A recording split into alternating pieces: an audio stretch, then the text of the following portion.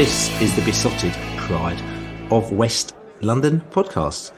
And we're coming to you because this is the final Premier League game of the season for Brentford. And it's the final game of this season before we move into the next season in the Premier League. Yes, we're back again. I know there's a lot of groans from teams and supporters out there going, oh, Jesus Christ, they're back again. We thought we got rid of them lot. Absolutely no chance this season. We were always going to be here hanging around like a bad smell, as they say, hanging around like a cat. like a cat, Laney. We're always there. Like you turn around, like the cat's still there.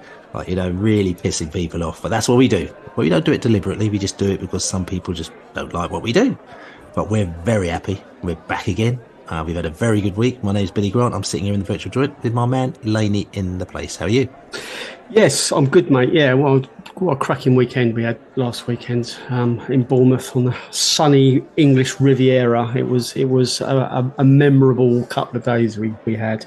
You say like hanging around like a bad smell, though. I mean, we're not like we do contribute a lot. I mean, we're not like, you know, I don't.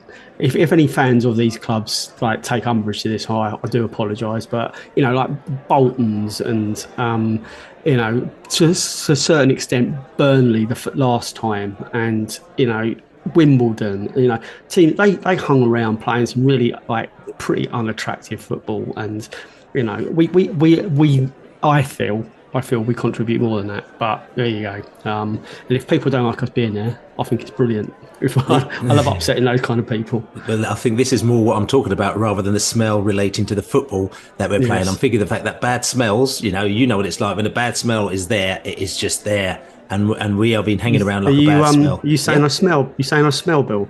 Well, you know, lady, actually, you know, in public, I probably wouldn't do that. Might pull you aside and maybe have a little word, like, you know what I mean? Okay. Yeah. Right, well, Brentford didn't stink last weekend, did they? They absolutely didn't stink. They played some great football last weekend. We had some great fun. It was really good. They showed a lot of resilience. That's a word I've been using quite a lot recently. They showed a lot of courage and fight in that game to come back and score a goal deep into injury time.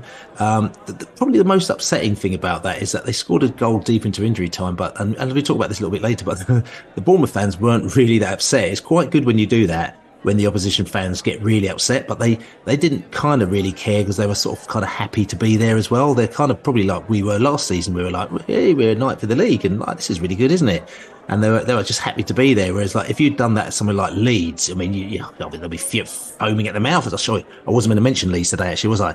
I'm not going to talk about them until they lose at Wembley. I fluffed it, actually. So if you talk about certain other teams as well, if you score a goal against them, you can see that their fans get really upset. But also for you, there's a great pleasure. I mean, and there's a great pleasure when we scored that goal. I mean, that photograph, there's a photograph with Mbumo just coming over to the opposition fans, which is us, and you could just see everybody like, you know, hands up in the air, just a massive scream of the opposition fans, and he's just standing up there doing what I call a Malpe, almost, like, you know what I'm saying, where he's standing in front of the fans with his arms out, and everyone's going completely bonkers in the 94th plus 4th minute, I think it was.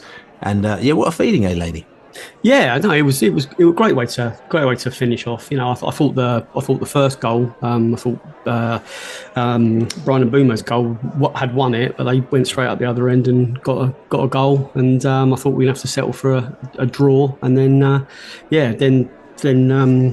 then that beautiful Wisa shot that up into the roof of the net for the winner was stunning. And you know, we didn't know at the time, did we, that Thomas Frank had lost his dad, you know, in the build up to the match. And you know, I didn't see all the players running over to him and mobbing him, but you know, after the game it emerged, the Brentford press office put out that Thomas had lost his dad, unfortunately, and it was just a miracle that, you know, that we had him there. I think, you know, I tip my hat to Thomas for being sort of so professional and putting all his personal pain to one side and being down there to sort of prepare us for a really what would have been an incredibly important win a few weeks ago, but he just put the icing on the cake of our away fixtures this season. So yeah, thoughts go to the Frank family, and just incredible that he was there to manage the team last weekend.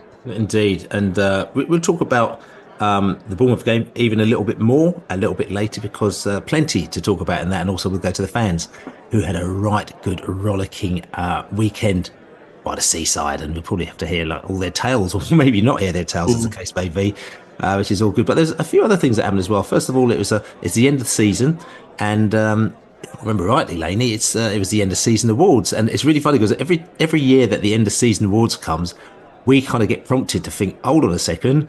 We keep forgetting to get our refund back for the end of season awards that happened in lockdown when they didn't do any season awards because they couldn't do it because everyone had to social distance, and we'd paid, I don't know, a few £100 to go to the end of season awards, and then it got cancelled, but we forgot to ask for our money back, and every year we go, oh no, we've got to get our money back. So that's the first thing, Laney, we need to get our money back for that. It's quite a lot of money, isn't it, if I remember rightly? Yeah, which is all good. So so the end of season awards, but the end of season awards happened this year, which we didn't go to, actually, did we? We didn't go to, and because it's kind of, it's taken on a slightly different format now, where I think sort of kind of fans put in a little, they put their name into the hat, and some fans maybe get invited to the end of season awards, which now happens at the club. It used to happen, they used to have to hire a venue, and they used to do it then, and you basically have to pay, X amount of money to go that. But now they hold it at the club, and then they get, select people to come, and they pick them out of a hat, and they bring them down there. So a few of our crew went down there. I know GP was down there. I know Sarah Lowenthal was down there. I think and Ali Mullally was down there as well. So people went down there to check it out. And it was, by all accounts, it's a different evening, but it's a very different event now because it's almost like a closed door event. But then they pluck out a few people to sort of kind of attend, whereas beforehand, remember back in the day, remember the first season when we did it down by the was it the Holiday Inn just up? It was a dangerous night, wasn't it? that's what it ended up being. It was that was in the Uwe Rosler. Was it the Uwe Rosler year? The first one was it? Was it Uwe Rosler? Or was it Mark Warburton the first year? I can't remember. I think I don't know. We've been to loads, mate. They've become a blur. There was 125 year do as well. There was lots around that same time. So become a bit of a drunken blur. Yeah, that's right. But you went down there, and the players used to sort of hang out with the players. Used to have a little chat with them. They also used to turn up. We had that interesting one where Harley Dean, who was friends of the pod and friends of everyone, but then all of a sudden he sort of kind of turned on the world, didn't he? And we met him down there, and we thought he was going to punch our lights out and everybody else, didn't he? He was a little bit angry. You remember that one? Yeah, he was a bit of a moody one, wasn't he, that night? So I think a lot of people, I don't know, I can't remember, but talking of bad smells. That's right. But like I said to you, the end of season awards is quite a tradition. Big Red Ball, I think it used to be called back in the day, end of season awards, but now it's morphed into the new one. And like I said to you, the end of season awards happened a couple of days ago, which is basically what that means is that instead of the end of the season, where normally the season would finish, and then the end of season awards would happen. And I think they put the end of season awards beforehand, and then there potentially might have been a playoff. And so you had the awards, and then it's like, oh no, we got a playoff place. But now what they've done is the end of season awards happens before the end of the season. So when the last game of the season happens, the players are off. You literally don't see them again. So that's it. Bang. See you later. Sunday. Players are gone. But yeah, there were some interesting awards up, weren't there, Laney? Yeah, as you said, they tended to work when we were like mid-table League One, and we were kind of like small fry. I mean, I still think some of the other massive clubs do it. Aston Villa had a huge one the other night, so it's not it can be done. And it was like Peter Gillen's baby, wasn't it? For so many years, he did such an incredible job on arranging that. And it's a shame it's changed, but at least they carry on doing it. Yeah, the awards were handed out, and I'm glad they went to who they did, to be honest with you. The supporters player of the year, which the fans voted for, was Ethan Pinnock. And, we've said so often on this podcast what an incredible rock he is at the back there. He's an unsung hero on the wider Premier League stage. Those that know, and he's up there with Van Dijk, I believe. Some people go, oh no, he's not. He's not got that pedigree, but I think he's up there with the consistency. He's a humble guy. His backstory is fantastic, He was out injured for a chunk of early part of 2024. And we missed him terribly. And it was just great that he's back. And it's no coincidence that, the points that we needed to survive have been gained while he's been around. He was almost like the straw that broke the camel's back when all the injuries happened. Player of the year. Yeah, and just quickly, I'm just going to say sorry to interrupt you there as well, Laney. So, and don't forget, just check out on Sunday as well in the Observer newspaper in both the inky print, like the hard print as well, and also on online. As you know, every year I do about 3 or 4 reviews for the Observer on Brentford, how they're doing. So the latest, the end of season review goes out on Sunday in the Observer, and I give a little big up. I tip my hat to Ivan Toney as well, inside and on the Observer as well. So you should definitely check that out. I think I'm in the final throes of them doing it, but I'm a little bit disappointed because they've taken my every reference to Fulham, right? I'm saying that I've put in there. They probably think this is getting a bit much. Obsessed, Bill. You're obsessed. Every time I put inside there Fulham rubbish. Oh no, I'm not having the Fulham. So they've taken out every single one of them. But I'm going to see if I could crowbar that back in, as well as my reference to Nottingham Forest as well, which has also been thrown into the dustbin. Like, what I'm saying. So, but we'll see how we do. But like I said, Ivan Toney, big up, tipping of the hat, because he's been brilliant for us. Yeah, and the player of the year, that's always a fascinating one, isn't it? To find out who has the respect of the other players in the dressing room. And we've got some really good players in that dressing room, and for Vitaly Janelt to be handed that just shows you, we had some Vitaly Janelt man machine t-shirts made a couple of years ago, and again, his backstory is excellent.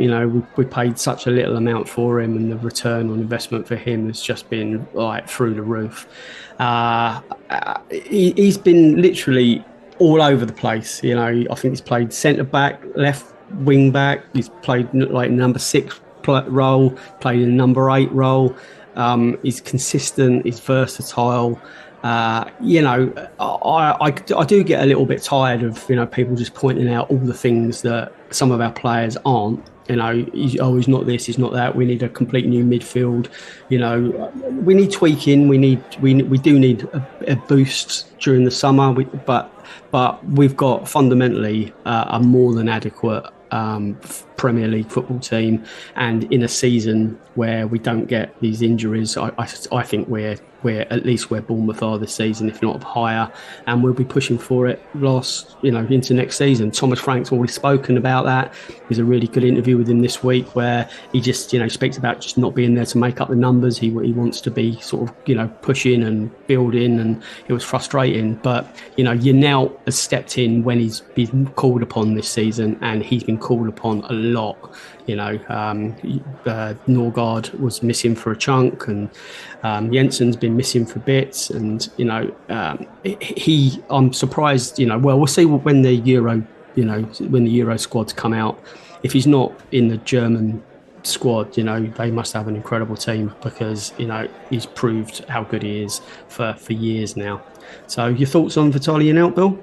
Again, he's a very good player. Again, another player I've got mentioned in my Observer article as well, and talked about the price. I said that he only cost 50p. I was probably lying there a bit, because I think he actually cost 75 pence, but then still goes.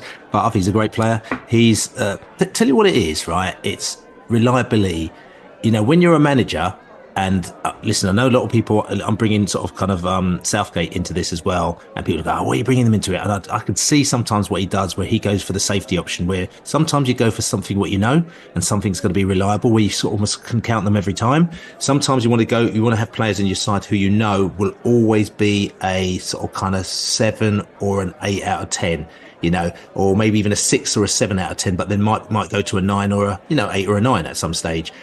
They really drop below 6 out of 10, rather than sometimes go for players who sometimes they might be an 8 or a 9, but then sometimes they might go down to a 4. And I think he drops into that category where he never drops below a 6, but he could be a 7 or even an 8 out of 10. Sometimes he could be a 7 out of 10 that you don't notice, but he's just doing the job. He's in the right place. He does the right things.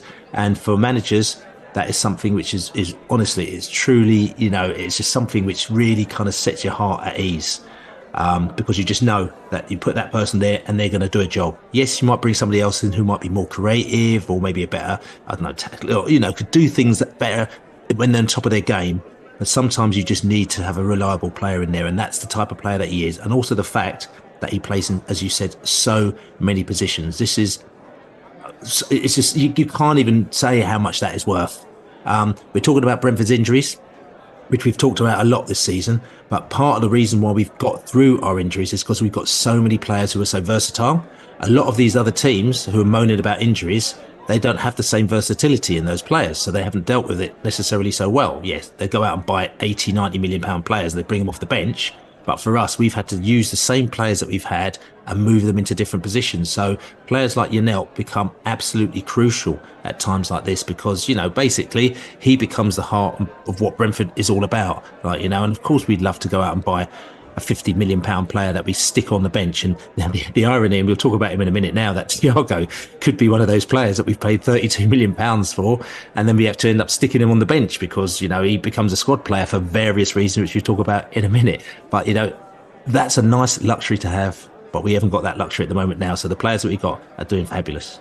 Yeah. And I guess, I think, Mads Bidstrup it's just a real shame that we let him go. And I understand completely the reasons we let him go because he was Denmark's player of the year and he wanted guaranteed first team football. We couldn't provide it. So, he had to go and find that elsewhere, for his career. I understand all of that. We can't, it's the realities of dealing with and juggling a squad of talented players. But I think the player that we're probably, looking to bring in is probably Mads Bidstrup. So, if we held on to him for one more year, he would have probably got a lot of gains. I don't think it is going to be Frank Onyeka. It'd be interesting to see if he's still here next year. He made noises a week ago, that he was looking to get out.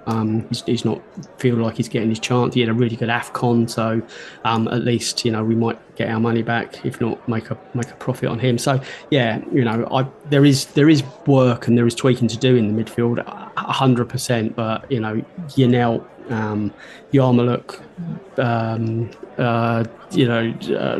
you've got Jensen and Norgard. I don't know who you kind of leave out. I don't know what people are looking for in that respect. So anyway, he gets it. And moving on to goal of the season, where there's a lot to choose from this player, Yoane Wissa. He's again stepped up to the mark, and it's it must be slightly frustrating for him to be sitting on the subs bench when Ivan Toney was kind of seemed to be and looked like he was struggling once again on Saturday down in Bournemouth. But you have to, few can argue that Wissa does look at his most impactful when he does come off the bench. That's a fact. He will be frustrated that he doesn't get 90 minutes, but to have this pocket rocket come on, and he scored some incredible goals, and the goal that got him the goal of the season was the overhead kick against Chelsea in the 2-2 draw earlier this year. It's in February on that, and there's a fair few of his to choose from. The one at Kenilworth Road a couple of weeks ago, absolute stunner. The one at Bournemouth last weekend, absolute stunner. We say De Silva only scores fucking good goals. So does Wissa. It's maybe we have to start singing Wissa only scores fucking great goals, because until De Silva comes back, if he ever does. So fair play to Wissa. He another one. We paid more money for him than we did Yanelt, but there'll be a lot of teams in this division that would love Yoane Wissa. Yeah, and just coming back to your point there about Mads Bidstrup, who we thought was a really good player, and he looked really good, and then all of a sudden there's a surprise move for him to move to Red Bull Salzburg, and there's something I think that he just thought, I can't actually turn this down because I'm going to, I can't see the immediate pathway for me at Brentford, so he's moved on. Ironically, he was a better pathway because we had so many injuries, so he would have got into the side, and that was pretty good for him.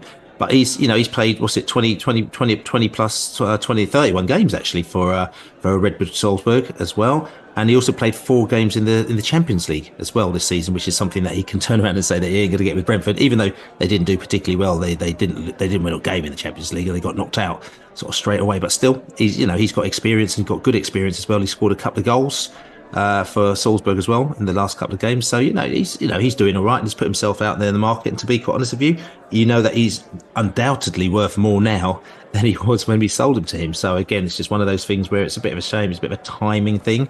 But fair play to him, which is all good. But like I said to you, like I said to you, nice, short and sharp as well. Like you said, the players, the awards that are given out there as well. And just talk about the women's awards as well, Laney. Yeah, I'll run through the rest of them actually. So, like we talked about, B Team Player of the Year was Val Adodokun. Hard one for me to say. He picked up the Brentford Bees Player of the Year. He had a fantastic season in Neil McFarlane's side. So, he's played 34 times, captained the team. Hopefully there's a pathway for him. B Team Players Player of the Year was Ethan Brearley. He's appeared on a bench, hasn't he, recently? So there's a chance that he will come into the A-team setup. The Women's Player of the Year went to Nikki Woods. Really? So she's had a great season on the left wing, scored 16 goals in all competitions. Well done to her. And the Brentford Women's B Team Player of the Year was Karen Abu Abdallah. Great to see her pick up the B Team award, and it is no surprise to see that Chloe Logie, after the million goals that she scored in the women's team, she picks up the Women's Supporters Player of the Year. So well done to all of them. She didn't score a million goals actually. It was close to a million, but it wasn't quite a million, was it? It was 51, I think it was. Well, there you go. Well, there's lots of noughts after that 5, which is all good. So look, phenomenal. Anyone who scores, the closest Brentford player to score nearly 50 goals recently was Dean Holsworth, who, like I said to you, look at the stats where I think he scored over 40 goals in one season. I mean, if anyone scores 40 goals a season now, I mean, they're just going to say it's just completely ridiculous, isn't it? So, I mean, just how could you have scored 40 goals in them days and you can't score them now? What do you think, Laney? Is there? We were in the lower leagues, and he was a Premier League player in crap league. But even lower, then he buggered off. He was league. He was a Premiership player in League One. He did brilliantly, and I've got great memories of him and Bliss together. But to do it in the top flight, I mean, Ivan had a great record in the Championship.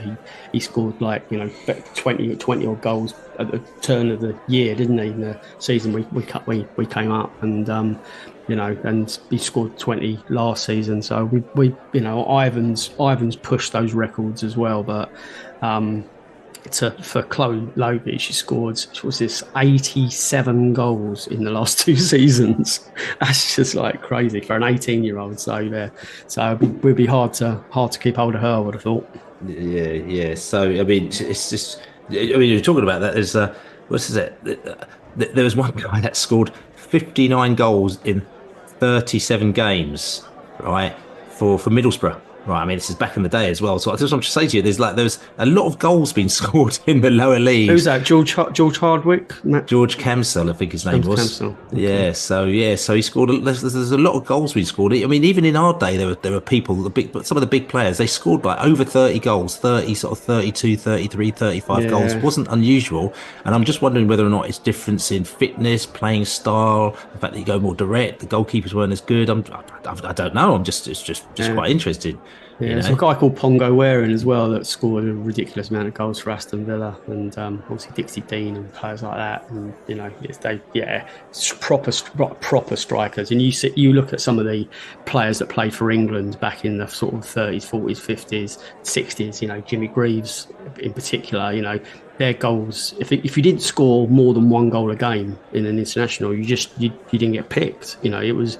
I think the opposition was a lot weaker, but that's why people like Jimmy are just real legends. We probably won't see the like of them again. And people like Alan Shearer, people might get bored, but Yeah, yeah. Even Billy That Sharp, I don't know. When exceptional. yeah, So yeah, well done, Chloe, and yeah. Well more done. again, more again next year. See if More, Brentford, see if women can get promoted. well, hold on a second, lady. I think you've gone a little bit early then, because more again possibly on Sunday, because Right. Sunday the 19th, the Brentford women's team are actually playing their final game of the season. It's going to be away to AFC Whiteleaf. So AFC Whiteleaf versus Brentford. It's the League Trophy Cup final. And that's on Sunday at 4 p.m. I believe it's at Whiteleaf. Actually, go and check the Brentford Women's Twitter just to make sure. But it's the final game of the season. It's a cup final. It happens to coincide, unfortunately, with the Newcastle game, but we can't do anything about that. They can't do anything about that. It's a little bit frustrating, that, but there may be some people that couldn't get a ticket for Newcastle, or it may be too far, or you might be having a lunch with your family, out in Surrey, and when the lunch finishes at 3 o'clock, you could shoot down to, I think it's Whiteleaf, or wherever it is, and go down and watch the Brentford women win the cup, because that's what they're going to do. We're sure of it, 100% sure. So you're going to go down to Whiteleaf on Sunday, Laney? Absolutely not. No, No. it's at the Meadowbank Stadium at 4 p.m. as you said. Yeah, Whiteleaf. No, we've got Newcastle, and I'm really looking forward to that. But yeah, good luck to the ladies. Just a shame, actually, of the clash, because it would have been good, especially the sun's out now. It's any excuse to actually sit out in the sun. But next season we'll be back there again. We'll have more people actually going out to watch the Brentford women playing for the league, playing for the cup, playing for anything. But anyway, final thing is actually as well, talk about the weekend. Saturday is, and again, this is something nothing to do with us really, because we completely fluffed it going out in the third round to Wolverhampton Wanderers, the FA Cup final. And it's one of those ones where they've decided to bring down Manchester United from Manchester and Manchester City from Manchester to play in London, in Wembley. They've managed to put a kick on at 3 o'clock, which means that they can actually all get home afterwards. But it's one of those finals which is, Man United versus Man City. I actually got, because I'm on the London FA Council, so I actually got offered a couple of tickets for the FA Cup final on Saturday, and I went no interest whatsoever. I've got my team playing at Manacroft in a tournament instead, and I'd rather be in Egham Way, chilling out in the sun with my team and my mates, and Laney might even come down, then sitting in Wembley watching Manchester United. I'm not coming now. You said I smelt. I'm not coming. So no interest. But the FA Cup final, like I said to you, is the weekend, but it's normally the pinnacle of the season. But it's probably because we ever since we've gone up, we can't seem to win any games. It's almost like, let's put us back down to sort of Division 1, and that we'll actually start winning some games in the FA Cup, because it's not been the sort of kind of the best hunting ground for us, has it, lady? No, we got to the semi-final of the League Cup a couple of years ago, and we've got a couple of quarter-finals. But yeah, FA Cup would be nice, wouldn't it? It would be nice. Yeah. Okay. Well, if Thomas Frank is listening, and I know that he does listen every now and again as well, and all his staff, just tell him next season, trust me, just FA Cup final will be fine as far as all Bees fans are concerned. Everything else is forgiven. FA Cup final is fine, and we can have a good day out in the sun next year, especially if it's going to be like it's going to be this weekend. But anyway, I think that's all we rambling on about. I've got one more thing to say to you. Oh. You smell as well. Oh, cheers, lady. I really appreciate that. Anyway, listen, we can go play away. Back up being in the playground, isn't it? That's right. We're going to go away. We're going to put some sort of we're going to put some sort of kind of smell removing spray on, and then we're going to come back and we're going to talk about the muff. At the weekend, last weekend, went down there on Friday night and stayed till Sunday, and we weren't the only ones. There were some bees that actually went on Wednesday and stayed all the way through as well. There was a lot of pottiness for Bournemouth. And I'll be honest with you, it was one of those away days that I was not that fussed about beforehand. It's not, we've never seen the best side of Bournemouth really every time we've gone down there, but then that doesn't help when you go down there where you're always going down there when it's cold and freezing, can't find anywhere to really have a drink, because it's quite difficult. You need to know where you're going, but this very different this weekend because the sun just makes a hell of a difference. Everybody's out. You can drink in places which normally you wouldn't drink. If it's freezing cold, you're not going to drink outside. But, sitting down on a Friday afternoon, drinking on the beach amongst the sand with a DJ playing, behind your head, sort of playing some music, and you're sitting down there drinking beers and having a chat, it takes on a whole new meaning of bees away. And that was a very good bees away, I would have to say, wasn't it, Laney? Yeah, it was up there. I mean, sun's out. Sat in, as you rightly explained, sat in a beach bar and chilling Friday afternoon into Friday evening, getting up watching Brentford win and doing it all over again on Saturday night. It was excellent. You know, if the old Carlsberg did football weekends, that would be up there. I'd say other beers are available, but you know, that's the advert and that. So yeah, it was great. And just the icing on the cake, of course, was Weiser's goal, and. You know, we have this conversation a lot, Bill, don't we? You know, if you're going to stay out an overnighter for the football, what do you go for? Do you go for the old Friday night, or do you go for the old Saturday night? Both, or both nights, or both. But the Friday night is always the better one, I think. You know, football can't ruin it. I know, you know, we won, so it didn't. You know, we weren't moping around. But yeah, Friday for me still always the night before. Yeah, and like I said, we had a good night. Time on the beach. You know, losing this lot, they came down as well, so we spent a bit of time on the beach. Then we went up the top to Southbourne, I think it was, to the White Bear. We did mention it on the podcast last week as well, the White Bear, which is a cool little bar, which is actually opened by a guy from London. Used to be in the music business as well. I think he was involved in the Hanwell Hootie as well. Simon, he was down there, so we went and met him. Really nice bloke. Met a lot of, it's one of the bars where you walk in and then you meet characters. They just start talking to you about various things. So it's quite friendly as well.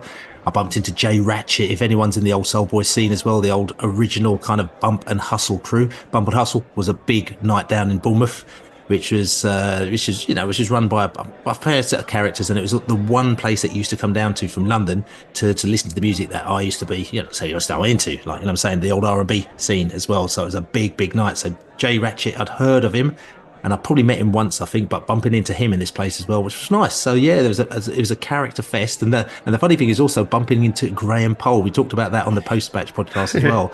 Graham Poll, the referee who famously gave 3 yellow cards at was it a World Cup or a European Championship? I can't remember. But he gave 3 yellow cards out. Very famous referee, and he now lives in Bournemouth. He retired down in Bournemouth, and he spends his whole time playing golf. We had a really good chat with him, really nice chat with him. We were talking about various things, and then on his way out as well, as he went out, he goes, "See you later, lads. I hope you lose." Up the Rangers, QPR fan. We're like, "No, boo!" So that was funny, but a bit of a twist in the tale. But we talked about VAR, which is quite interestingly, and ironically, there was a bit of VAR involved in the Bournemouth match, which we might talk about a little bit later. And he kind of reflected a lot of the fans' views, where he thinks it's an absolute mess, VAR. We didn't mention that in the intro as well, because there's a vote to actually kind of get rid of VAR, which Wolverhampton Wanderers actually put forward, which I thought actually all the points that they put it down really succinctly. Actually, I thought were really good. Maybe sort of go over them in a little bit. But he talked about the fact that he said he'd been pulled in to, inverted commas, get involved in VAR, and he said, "I'll do it, but on my terms." And then they said, "Okay, so what are they?" And he said, he goes, "I believe that you should leave the decision to the ref as much as possible. And if there is a decision that goes to VAR and it's not decided in 20 seconds, then, it's too complicated and you just leave it with the ref's decision." So his whole thing, just like us, is about it's taking too long to make these decisions. And if it's taking too long, then, it's too complicated and it needs to be simpler than that. We need to make the game flow a lot more. And I thought that's actually quite sensible, but he said they had no interest in him getting involved when he told them that. So it probably goes to show you where we're at the moment now. Probably asked for £5 million as well, to be honest with you. So it was probably a mix. Trying to make matches make Clattenburg, was it? Yeah, probably. Yeah. Quittenberg. He was a nice guy, and So the irony was we'd spoken about VAR and how it needed to be adapted, and how referees are missing or ignoring, I think, clear decisions and waiting for VAR to clear it up, and it's that has to stop. That the referee had seen he'd seen the handball in the build up to the first Bournemouth disallowed goal, and he just waited for the VAR to sort it out, and players get injured because challenges come in afterwards, and then there's a million so you pulled me up on this already. There's a lot of examples of exactly that. We can see it's offside, but the linesman won't put his flag up until that passage of play is finished, and then the player has to then take the shot, and it has to try and score, because if it's proven not to be offside, then there's so many areas that are kind of are confusing, frustrating, and I wouldn't go as far as to say it's ruining the game, but it's ruining the implementation of VAR. I can't see Wolves' suggestion of getting it scrapped is it's not even. I wouldn't say it's not worth talking about, but it's absolutely, there's no way on earth that the authorities are going to uninvent this thing now. Every major tournament, every Champions League, and I almost had I did have an argument with someone in a pub, like the last Brentford game. We've got real odd behaviour. I won't go into it, but I still maintain that VAR gets most decisions correct. Mostly the offside ones. It takes too long. I mean, I'm not defending it. It is flawed. It takes too long. As I said, the officials are allowing play on, so the VAR is used too much. So they won't make a decision because they know that there's a backstop there, and all those things need to be ironed out. But the most cases, when VAR makes a decision, apart from some really controversial, like minute ones, I go as far as 95% of decisions are the right outcome, the correct outcome is achieved eventually. If we can get there quicker, perfect. And then this bloke went. He literally got really got aggressive. He got VAR rage. I've never witnessed anything like it, and I was very very polite and very calm with the guy. He told me to fuck off. He's like, "You fuck off." I was like, "Okay, mate. Everything all right at home." It was one of them. So anyway, yeah. I think it's one of those. It triggers certain people as well. I mean, I won't go into the whole conspiracy sort of side of things, but those kind of people seem to be triggered by VAR to a point of real rage. It needs sorting out, Bill, and Wolves won't get there. Their motion will not be passed. But it's interesting. I mean, you say the motion won't be passed, but I mean, it's not up to the Premier League. It's up. I mean, it's going to vote. I mean, that's what happens. So it's going to go to vote. So there's 20 teams. They're going to vote, and you'll have a vote for it or vote against it. So if I think the unfortunate thing is, I think it's got to get a majority. It's got to get a majority to pass it again, or to get it out. So I think over 14 people, or is it 14 people? I think have to vote it to get it out. Which is going to be quite a lot. I'm saying still. So it's not going to be the Premier League can't say yes or no. I mean, it's going to be down to teams to say actually we want this or we don't want that. So that's going to be quite interesting, and it'll be also quite interesting to see who votes for it and who votes against it. I mean, I think that. But Jurgen Klopp, I mean, I know he doesn't vote as per se because he's the manager, but he said he'd vote against VAR in its current state. Is what he says. And also quite interesting. I mean, one of the things. I mean, you should definitely check out the facts on this VAR. What Wolves have put forward, because they put forward, like I said to you, a very very clear statement, which is a lot of the things that we've been talking about. One of the things they've said, the criticisms, is that it's the lack of clarity it provides for in-stadium spectators. So what Wolves are saying is that it's just basically taken away from the fun from fans inside the stadium, and that's the reason why we think it's going to go. And we thought that we should, making changes would make it better, but it hasn't. So we think it's actually better for everybody. He said in effect, they almost said for the small benefits that you get for having VAR, it's taken away lots of other things, which is basically just killing football. And they also said the other thing they said it's also killing basically people's confidence in refereeing, because all you've got is constant reviewing all the time and sort of kind of decisions, which again, I think is true. But the interesting thing about like I said, the lack of clarity for in-stadium spectators, I talked about that before, where I said when I went down to the Premier League, and the one thing that they said that they were going to do is that they were going to bring in stadium announcements, right, to make it clearer for the fans that what was going on, because part of that the issue was the fact that we didn't know what was going on. So if anything, I think that this wall scenario is going to accelerate that, whether or not it happens or not, whether or not it gets outed or not. I think if it doesn't get outed, they're going to accelerate this to try and say, okay, this is what we've done. to make it clear for people. We're going to bring the referee to tell him what's going on.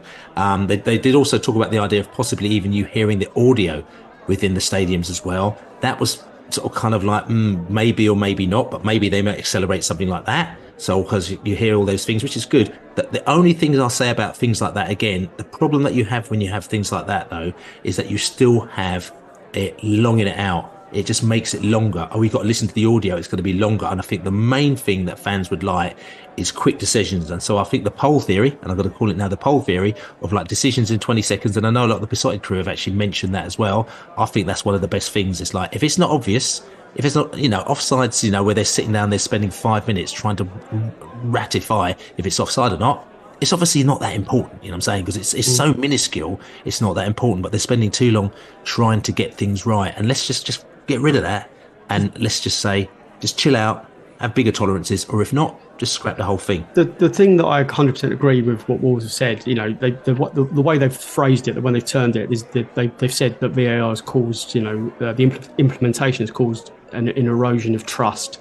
And I think that's, like, in 3 words, that's pretty much spot on. And the good thing about them airing their grievances, it does open up a constructive debate. And I think the stakeholders of football clubs and us as fans, we are right to address all the problems. And if they can take on board the myriad issues with it, and we can get to a stage where it is a quicker, less confusing state of affairs within the stadium, then we're moving like really in the right direction. And there'll never ever be a situation where it's perfect, because it certainly wasn't perfect before, with onside goals being given offside and offside goals being given on. There's thousands of those throughout the course of history where history would have been different if the right decision was made. So technology is here to stay,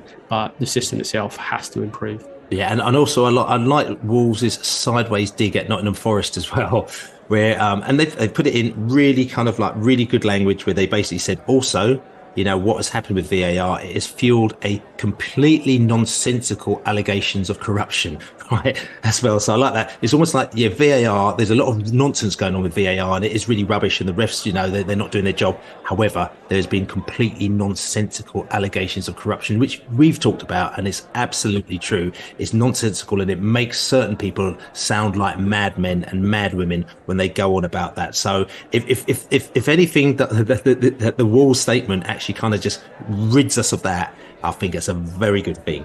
But just coming back to like I said, to the Bournemouth game, the Muff game, like I said to you, there is a couple of VAR decisions there that kind of, there was a review, the usual review as well, and they came up. One of them, again, you have to remind us, Laney, one of them was a goal that was disallowed. First one was disallowed. Bournemouth's goal where Solanke, makes the he picks up the ball after a handball. Good finish, but I'm not sure Flecken's necessarily. I'm not sure he's faultless there as well. And then the second one, the second VAR decision, was Ivan Toney's penalty. So great ball into him, and he looks like he's just shaping to shoot. It looks like, and a pin sharp Ivan Toney doesn't dally on the ball for that long. The ball's already in the back of the net. The shot's been dispatched. It's a goal.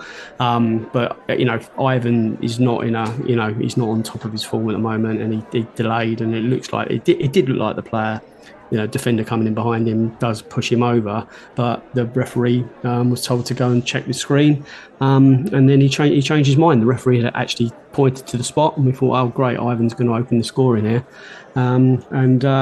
it was overturned. So that was unusual, because I don't think it was clear and obvious error. I think you could say it was. He took. There was contact and he went down easy, but I just think he was shaping to shoot, and he got a nudge and he fell over. And I was really surprised to see that one overturned. You could say it could have been an easy, soft one, but I don't think Ivan dived there. And which one was the handball as well, Laney? The handball? Yeah. That Bournemouth's first goal. That's right. Yeah, halfway line. That's right. That's right. It was an obvious handball, really obvious handball as well. He kind of nudged it on. Yeah, it was. Yeah. But the referee didn't see it. But again, you can argue that's what VAR is for. I mean, if the referee didn't see it, the linesman's that side as well, Bill. There's no way that they both didn't see that, and if they both didn't see that, I know it was the referee's first Premiership game, but you have to be seeing that. We saw that. We saw that from the other side of the bloody ground. Yeah. Well, again, and this is one of the arguments again of VAR, which Graham Poll talked about, and I think Wolves is indicating as well, where too much emphasis is being put on the technology, where they're afraid to make decisions, and people aren't making decisions. They're waiting for the VAR to make a decision, which ends up holding the game up, holding everything up. It just longs everything out, whereas they could have made a decision straight away on that handball, and then we'd have moved forward. And the fact is that if they made a decision on that handball, it doesn't go to VAR, you see. If I remember, it only goes to VAR if the goal was scored, if you know what I'm saying. But if they made the decision then and pulled up for handball, if the referee made the wrong decision, that's tough. That's just the way it is. But the fact is that they moved on, and then it went on, scored a goal. When a goal is scored, that's when VAR reviews anything that happens, and that's when the handball kind of get called up. So you see what I'm saying, Laney? They were scared to make the decision then because they thought, well, if anything happens, I don't think they're scared. I think they just purposely leave it. It's one decision they don't have to make, and I don't think they're scared to make the decision. I just think they choose not to. I think it's a calculated. I'll leave it to VAR. It's a whatever.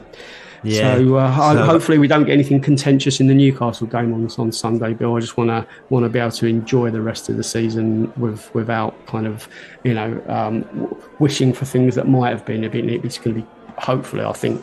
It'd be nice to beat Newcastle in the league for the first time ever as well. Yeah, so anyway, I'll tell you who wasn't scared. It was the fans who went down to Bournemouth on the weekend. I'm not even going to say Saturday because, listen, some of them seem to be down there for 45 years from what I can gather. Let's go over and let's listen to the sun-soaked fans down in Bournemouth, both Brentford and Bournemouth fans. It should be called the Vitali Stadium because we smashed the motherfuckers, excuse my language. Well deserved, tough season, ends on a high. I love you all. But we deserve that though, 100%. Mate. But we looked like we had more about us, and obviously a hot game, bit Sunday League towards the end, wasn't it? It was end-to-end stuff. 4-3-3 to start, and then go further with it. Absolutely, got nothing to lose. Fuck it, why not? Staying up again. Staying up again. Staying up again. Staying up again. Ole ole. Staying up again, ole ole. Staying up again. Because we're staying up again, ole ole. Do you know what? It's just beautiful to come to an away day and really enjoy the sun, enjoy the beers, and just not have any pressure on the game.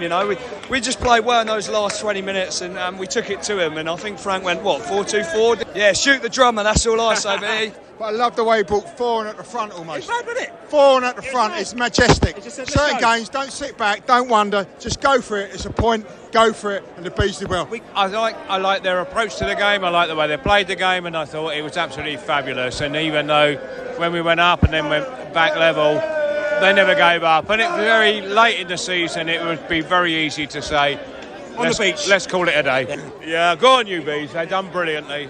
Fabulous, what a great day. Thomas is never going to take him off, but when he did make those substitutions, he energised Brian. And someone sitting behind me said Brian looks knackered. Brian did look knackered because he was having to make up for the running that Toney wasn't doing. Brian wore himself out because he played so well, and I say that Whistler change just made it, and him and Whistler were on fire. We've had a fantastic season. Like I said, we wouldn't have dreamt of this at the beginning of the season. We had obviously Areola coming in, not a great start to the season. Where we've ended up, brilliant. And the fans are happy, everybody's happy on a sunny day like this at the end of the season. I think it's all very, very good. We've had, every player has played their part. And a big shout out to somebody like Adam Smith, who I think has been outstanding. He's a stalwart of the club, playing right back. I think, with the competition that came in, I know there's been injuries, he's been outstanding this season. There's probably question marks over the keeper at the moment. But apart from that, Zabanyi, the problem is if we keep this kind of form going into the new year, into the next season, there's a few players that I think that other teams would be looking at. We've got to think clever about how we make our money and how we can sustain that in competing with other clubs in the division. That's a tricky thing. You bees? Pardon? You bees. Yep. Come on, you cherries. So there you go, fans down in the muff, enjoying themselves, having a really good time, very, very happy.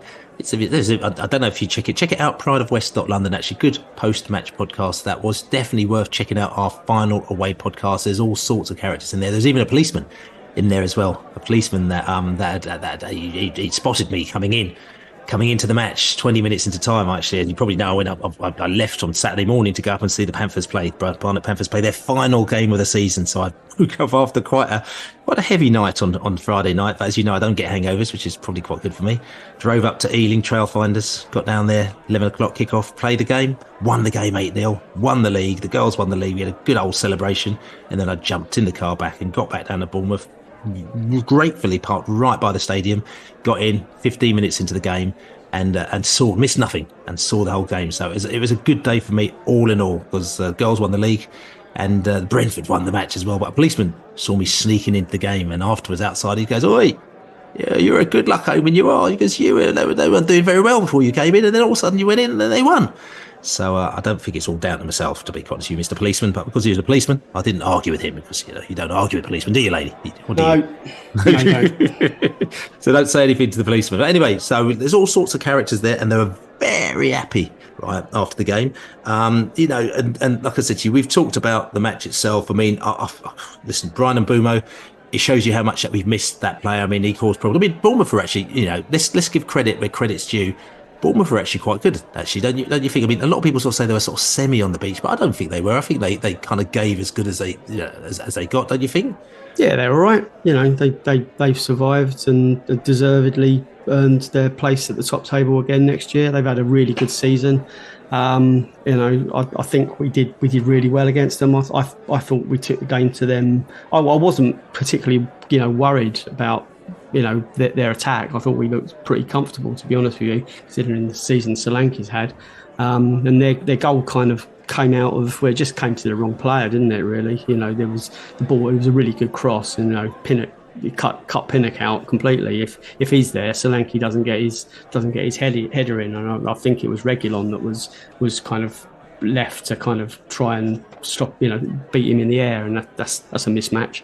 So I thought Reguilon had a cracking game coming forward. There were so many positives, but it was just kind of like you can relax a bit, and we were playing with a bit more of a swagger, and I'm hoping we do that against Newcastle as well. Yes, I mean, talking about top performers, Brian and Mbumo, top performer 7.8, Sergio Reguilon 7.8, Yohan Wissa 7.8 as well. So basically 3 of them top of the pile. Then we had Christie and Sensei as well for Bournemouth, who are top of the pile for them. Just quickly, Bournemouth effective at creating goal scoring opportunities from the flanks. That is what they were good at, but other than that, nothing else. They were poor at finishing and gave away a lot of free kicks around the box. Had a lot of possession in our half, favoured long shots and favoured long balls, whereas we were effective at creating goal scoring opportunities from through balls, and we were strong at finishing, and we had no significant weaknesses, which is nice. We attacked down the left and we favoured through balls. So that's kind of where we're at with that game. So Bournemouth game, fantastic, good away game to leave on. What I'll just say though is, listen, you got JB, and JB, I think he's sort of sunstroked after the weekend as well, but doesn't stop him from giving us facts and funks. So he's got loads of facts and funks from football facts and funks, but also he likes a bit of player of the year action. Let's go to JB for him to give us some facts and some funk.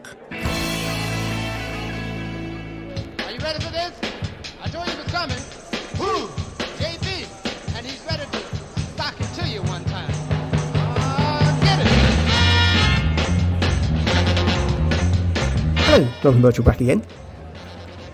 Wednesday evening saw Vitaly Janelt recognised as the Players' Player of the Year. He has been the only player to appear in every one of our games so far this season. That's 37 in the Premier League, 2 in the League Cup and 2 in the FA Cup. Also, the 3 games in the summer series in the US last July, plus the 2 other pre-season friendlies. 46 in total. For the Supporters' Player of the Year, Ethan Pinnock took the vote, now in his 5th year with us. Remarkable that he missed a quarter of the season through injury. When his presence was sorely missed, as in those games where he wasn't involved, we took just 4 points, all from draws, from a possible 27. Back to Saturday, and our last away match of the season finished the same as our first away match, with a win and goals from Mbeumo and Wissa. In fact, it was the 11th time they'd both been on the score sheet together, and those games have resulted in 8 wins and 3 draws. We've met Bournemouth in 53 league seasons, the most of any of our opponents, and Saturday was the first time we won there in the top tier. It was our 5th away win of the season, equalling the 5 we've had at home, although in 2024 so far we've had 3 away wins and only 2 at home. Although this season didn't pan out exactly as we'd hoped, with unwanted records set for injuries, players away on international duty mid-season, and suspensions, the G-Tech Community Stadium turnstiles have now gone past the 1 million mark since it opened. We saw our quickest ever Premier League goal, KLP's in the second minute at Palace, and the latest, Ayers, in 90+9 against Man United. We scored 54 goals with 1 game to play, which is 6 more than in our first season and only 4 fewer than last season. But as all that is now written into Brentford's 135th chapter, it'll be time to look forward to our Premier League Season 4 in 90 days from Sunday.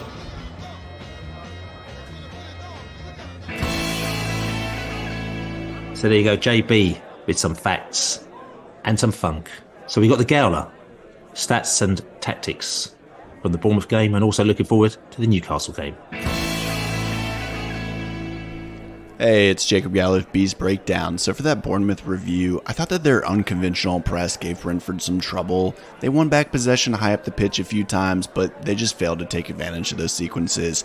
The Bees varied their build-up, and they were able to capitalize on long passes bypassing the press. In fact, Mark Flecken actually led the squad in XG build-up, which is just a stat that adds up the XG for every possession the player's involved in.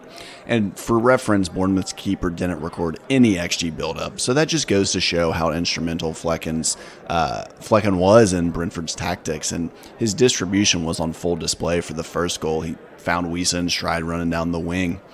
So Bournemouth did have more shots, but Brentford won the XG battle and ended with more shots on target.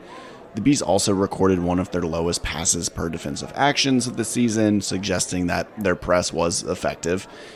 Reguilon made an impact with 8 tackles and interceptions, and Mbeumo got his 50th goal while ending with 4 shot-creating actions as well. Wissa, in limited minutes, ended with 0.4 XAG, leading the squad, and as usual, performing well as a super sub. Alright, so for that Newcastle preview, they're currently 7th in the Premier League, and they are fighting for a Europa Conference League spot, while Brentford would hope to jump Everton and go into 15th. But Brentford will be happy to be hosting Newcastle at the G-Tech because Newcastle's home and away results are on opposite ends of the spectrum. They've created the second most XG at home, and their home expected goal difference is 4th at plus 21.4, but their away expected goal difference is minus 9.7, which is the biggest difference out of all Premier League sides. Newcastle also have the highest XG per shot and the second shortest average shot distance, with Brentford being the shortest. But this just shows that they can pick out their chances, and they've scored 6.5 more goals than expected, so they're also making the most out of their chances. And to create those high-quality chances, Newcastle is going to use switches of play and through balls to find 1v1 situations. They've actually scored the most goals from take-ons and the most goals from fouls drawn this season, so it's definitely going to be a tough final match day for the Bees. So that was a Gowler Bees Breakdown with a bit of Bournemouth info and a bit of Newcastle info. So yeah, listen, brilliant away day up at Bournemouth, but we need to look forward to the game at the weekend. We got Newcastle coming up at the weekend. Last game of the season, I'm going to have to say, listen, it's always good to play games. It's the Premier League. It's great to have games in the Premier League, but there's nothing riding on this game for us anymore. And in a strange way, there's probably not a lot riding on it for Newcastle. I mean, I'm going to look at the league table. Maybe they can sneak in somewhere, but their season sort of kind of fizzled out a little bit. But it doesn't mean anything because Newcastle always bring great support. So they're going to be coming down to New Griffin Park, and they're going to be basically there in good spirits because they always are. Good set of fans, Newcastle. Newcastle game, again, Laney's already talked about it. Looking forward to it. Listen, we want it to go out and good. We want to chill out. We're going to go down by the river, get down there early, have a little laugh. If you're down there as well, we meet you down by the river. We were down there probably 10, 11 o'clock in the morning. It's all good. But Newcastle, still, got to be nervous about this team because, they're all right. They're very strong at finishing, scoring chances, creating chances through balls, through individual skill, counter-attacks, from losing positions, coming back from losing positions, and also creating scoring chances. That's where they're good. Where they're weak, though, is from stopping opponents from creating chances, defending against skillful players, which we have, and also defending counter-attacks. So again, going into this game with our shoulders down and relaxed, it's kind of good for us, but it's also a game where actually we could probably end up on a high note, Laney, isn't it? Yeah, I'm really hoping we do. Newcastle have got a really slim chance of finishing in sixth. Then seventh, they're in the Europa Conference position, I'm guessing. I don't know. I'm assuming it goes down to seventh again. Chelsea are at home to Bournemouth, and then Newcastle have us. So you would have thought that Chelsea win. Form Chelsea are in. Chelsea win that. So, but Newcastle got a much better goal difference. So, they've had a good season, and they had a good win last weekend. And we've got players, to be scared of. But Chelsea are hoping that Man City win the FA Cup, which means that they'll actually get into Europe as well. You see, so I think it opens up another place. You see, so it's all Chelsea got 60 points. Tottenham have got 63. So Chelsea can finish, in fifth place. That's as high as they can get. But we'll see how the permutations of the run-ins happen. But Newcastle will be trying to win the game. They certainly aren't coming to kind of like finish like whatever. Anthony Gordon, Isaac. They've got some great players. Guimaraes. There's players there to be scared of, and it's just it's a nice one to be finished. I'm glad we're finishing the season with a real challenge like we did last year. Man City at home, and we rose to the occasion, finished off the double. We beat the champions, we beat the European Champions League. Although they haven't played it at that stage, but they were world champions. They won the lot last year, Man City, and we did the double over them. We owe Newcastle one. I think there's been a couple of games where we've kind of either not showed up or they've edged it slightly. I thought we deserved something up at St James's earlier in the season. And that was a game that Rico got injured. So I'd really like to see us give them a bit of a tonking. Nothing against them at all. It's an incredible club, incredible fans, blah blah. And I'm looking forward to they're a peaceful, friendly bunch, and we'll have some fun with them down by the river, as you said, on Sunday morning. So all of that is good, but I think we have to win this game. We do have to win this game. So Laney, you're so keen to win this game. You must have a win projected in your memory banks there, in your mind. What are you going to go for? Yes, I'm going for a 3-1 Brentford win, mate. Oh, nice end of the season. And I'm going to go for a 2-1 Brentford win, which should be all good. So listen, don't forget, I'm going to say to check out, we're going to really, really try and do our end of season podcast next week. We're going to get down the Globe, and we're going to get some characters down there, and we're going to do it next week. If not, we might have a little surprise for you the week afterwards as well. If we can't get it done next week, we might do something a little bit more interactive, but we'll see how that goes. But listen out for that, which is all good. Other than that, like I said to you, it's been a great season, even though it's not finished yet. My name is Billy Grant. I'm sitting here in the virtual joint with my man Laney. Good afternoon. Good afternoon to you too, and a good afternoon from me. Sorry, good afternoon, Stinky.